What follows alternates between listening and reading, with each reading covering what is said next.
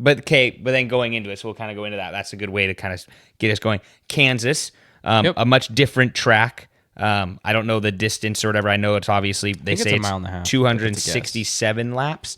Larson won it earlier in the year. Yes. Do you see anything different from that? Maybe not, but that was the closest finish in NASCAR history back in the spring. It was literally 0.000 on the measuring scale. So yeah, I mean it was. Larson and who?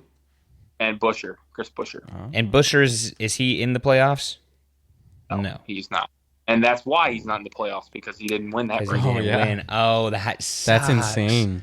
Okay. Yeah, and he went at it with another driver because he had basically was leading a race and got knocked out of the way. And after Kansas, he was trying to win a race to get into the playoffs, and he was mad because he thought that he should have won the Kansas race. Sure. So did he try to like I can't think of the word I'm looking for, but like protest it? Yeah, protest the finish at all and try to, or was it? I mean, because obviously at that speed and that little millisecond of a distance, can you actually look at it and go, yes, Larson did get it? Yeah, there's a camera at the finish line, and it clearly showed. Well, yeah, but I mean these guys like frame by frame by frame by frame. That's what I mean. They have that good of a camera. Yes. Okay, good. That's insane. That's crazy. That's so cool, though. So do you think it didn't even say 001? It literally said 000 on the scoring things. That's crazy. I wonder if there's got to be a good picture. No, of that. I'm sure there is. But I mean, everyone who goes to Kansas, they go for the casino, right? I mean, who wouldn't want to go to the casino on the track? Sam, what kind of podcast is this?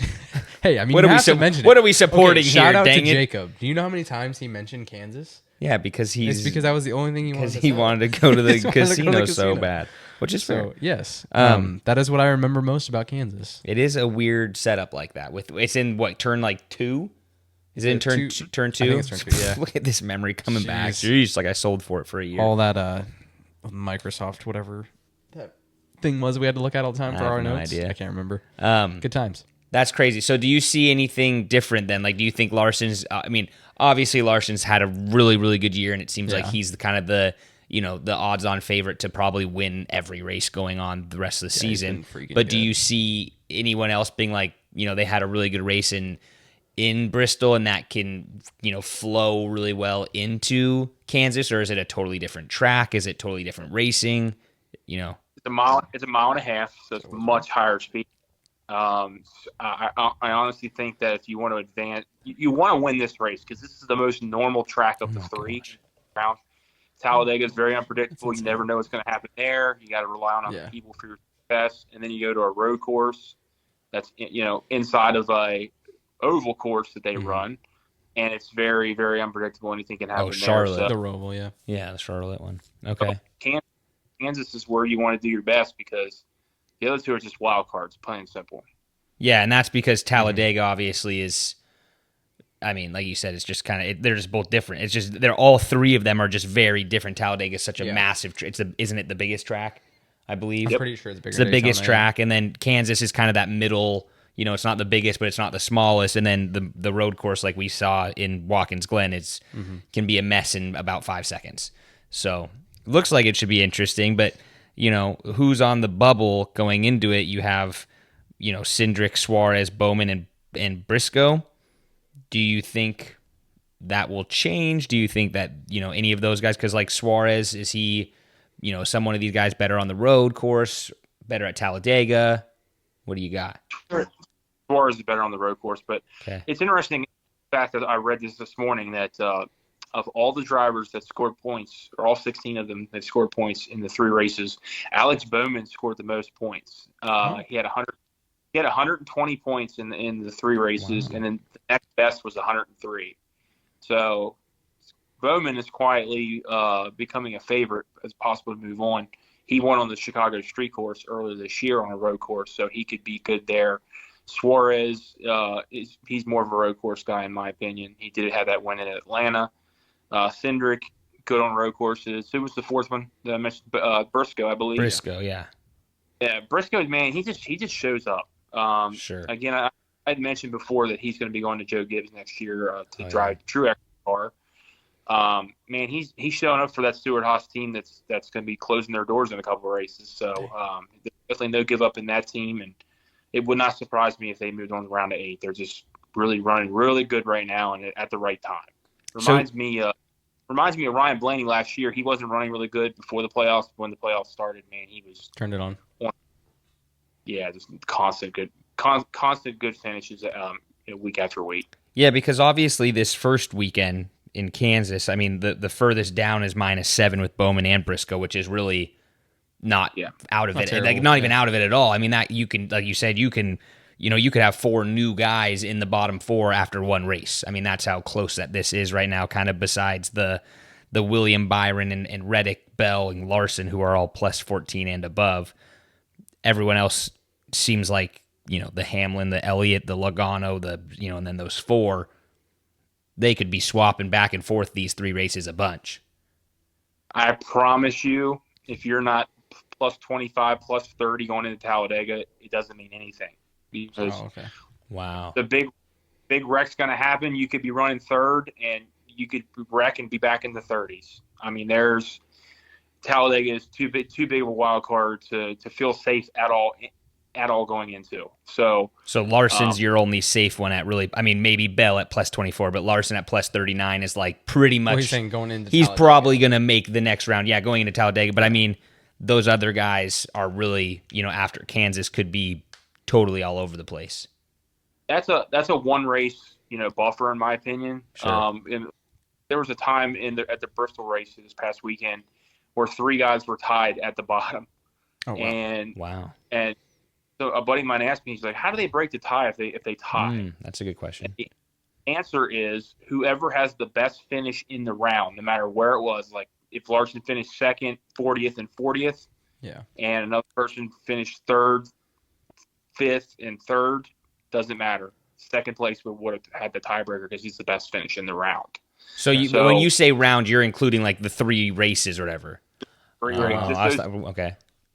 Whoever has the best finish. Interesting. That's kind of weird. I mean, it's a good way to solve it, though, I think. I did have a question for you about Kansas because I was trying to remember.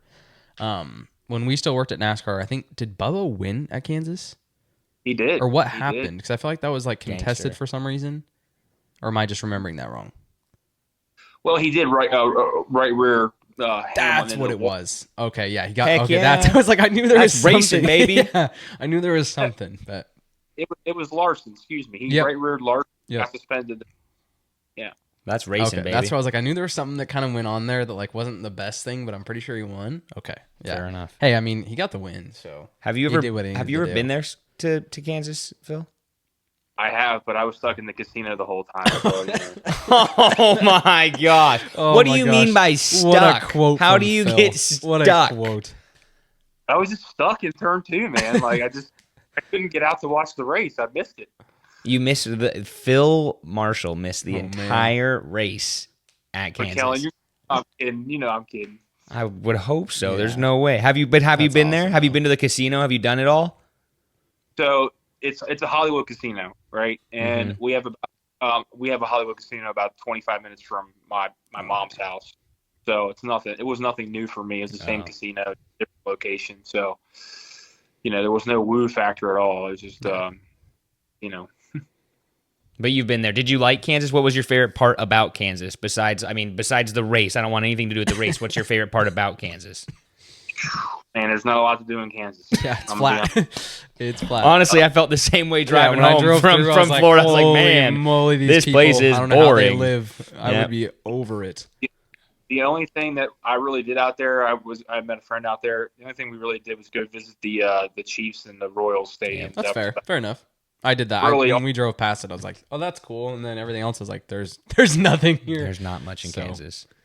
But what you don't know is that Kansas is a top 5 track for me.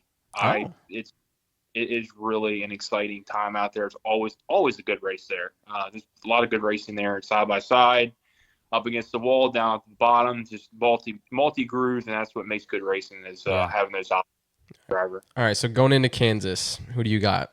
Who's your winner, Phil? I'm telling you, I picked him last week before last. I'll pick him again. I think Denny Hamlin is poised to move on. He doesn't want to wait for a super speedway and a road course. I think he gets it done, moves on. He's be in the 3rd round. Has he won at Kansas before? Yes, yes. So is Larson. So those guys are really good. Somebody who needs to rebound is Tyler Reddick. I don't know what happened with him at Bristol, but he ran pretty much in the back all day. He did get stage points in the second stage because he stayed out. And there was a couple laps left, so he got some stage points there. But I don't know what happened to him. So we'll see if he can rebound. And should be a good race. And who's your dark horse? Again, Briscoe, man. Briscoe's been, I like that. Darlington, we didn't know what, he was out. He wasn't even in, and he, walked off with a win at Darlington and, proved to me that they're very capable of doing so. I say Briscoe. I mean, he's on fire right now. All right. Sam? All right. Well, I'm sticking with my same guy. I'm still going gosh. William Byron. Jeez. And your dark horse? horse? I want him to win. Dude, I don't have one. You got to pick a dark horse. We're going to go with... give me a minute. You go with yours. Oh my goodness! You can pick literally anyone. I thought Tyler Reddick was going to sneak one out. That's what I had going into this. And then I actually am going to go a little wild, and Phil's probably going to laugh at me, which is fine. But I'm going to go with my dark horse. Okay. And I believe that this person has won a race every year and has not won one yet this year. I'm going to go with Mr. Kyle Busch is going to come out of nowhere land, and he's going to smoke the field, and he's going to show everyone the legend that he is. We'll see. That's my dark horse. I am rooting for Kyle Busch so hard. So the record was 18 seasons in a row winning, and he broke it last year, make it 19. I so badly want him to make it 20 in a row. That would be quite the feat. He's going to do it, Phil. Kansas is where it's at, baby. And Chase Elliott is going to come out of nowhere. Chase finally get a win. He's got 7 races to do it, so he's going to do it. This is his race, Kansas. He's going to do it. It's either here. Do they race in Vegas again? I feel like Vegas would just be his course. I think it's Martinsville. They do have Vegas. Vegas, I'm telling you, too. It's either Kansas or Vegas. He's winning it. Busch will get his 20th dub. 20 year. Straight years. That would be cool. Yeah. But, yeah. Well, that's it. We have Byron. I have Reddick originally. Reddick, and yours was Hamlin. So we'll see. We'll see who wins. But thank you again, Phil, for coming on. And we'll talk to you next week about Kansas, see how it all goes. And then just so everyone knows, we're going to have a surprise next week, I think, with our NASCAR setup. Yes, we will. Keep in touch. It'll be a surprise. It should be fun. Should be a little interesting. But next week, I think we'll do something a little different with Phil. Try to figure some things out. So anyway, Phil, good to see you. Good to talk to you as always. And we hope you're good. Cool. See you, Phil. All right, gentlemen. Have a good week. Bye. Thanks for listening to the Kind of Athletic podcast. Please like and subscribe to all our social media platforms and make sure to come back to hear more from the Kind of Athletic podcast.